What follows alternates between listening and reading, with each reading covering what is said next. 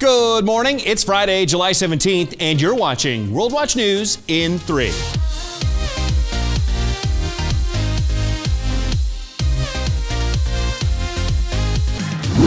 The federal government ran up the biggest monthly deficit in history in June. That's according to a report from the U.S. Treasury this week. When I say deficit, I'm saying the difference between what the government collects in taxes and what it spends in any given month. The number for June?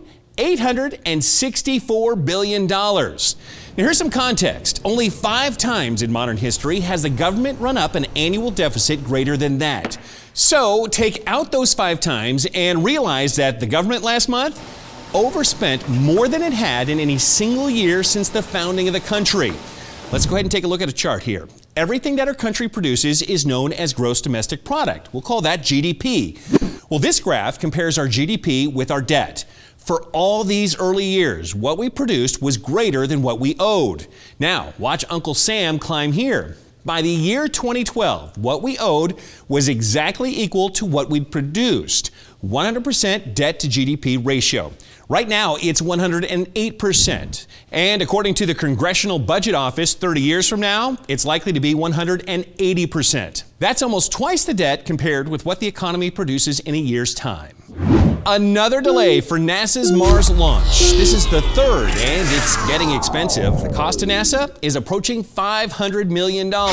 One of the hard things about launching rockets is you have to get everything packaged just right into the spacecraft. So the delay is not because of anything with the rover. The Mars rover Perseverance is the rocket's only cargo. Its mission?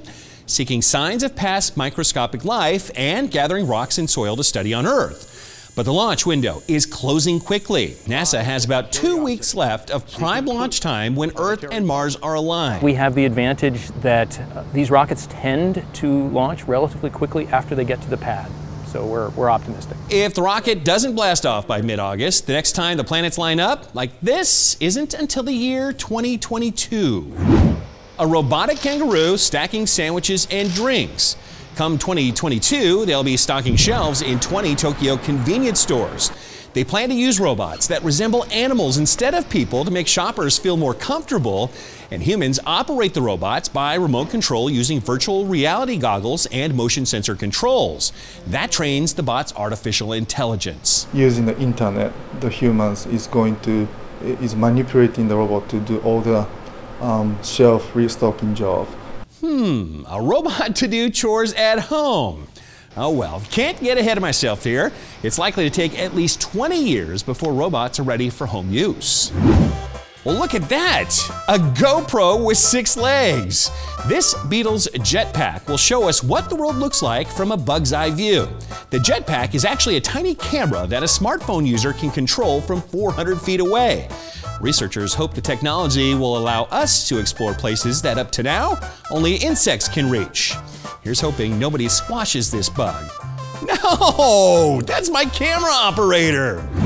Well, thanks for watching, everybody. I'm the Big Bash, and there are only 24 more days until the full World Watch program launches. Keep up with the latest by going to worldwatch.news. You'll find discounts, updates, and more info like how to pre-order a World Watch subscription. And remember, whatever the news, the purpose of the Lord will stand. We'll see you Monday. That's a wrap.